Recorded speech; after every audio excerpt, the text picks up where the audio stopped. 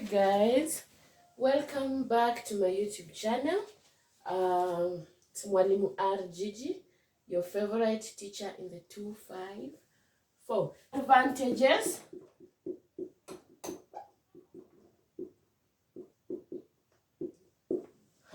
We can look at the advantages.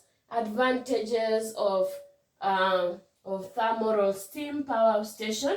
We say that it converts heat energy from coal combustion into electrical energy. So we can say that the advantages, the fuel is relatively cheap. The fuel is relatively cheap. What is this fuel? The fuel is the coal. It is relatively cheap. Then it is less initial cost required. Less initial cost is required.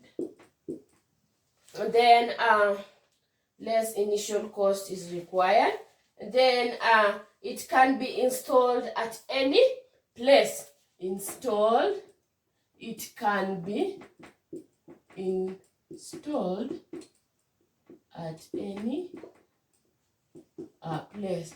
It is not like the hydroelectric power, which we have to install it at where we have water only. So this can be installed at any place. The thermal or steam power station can be installed at any place.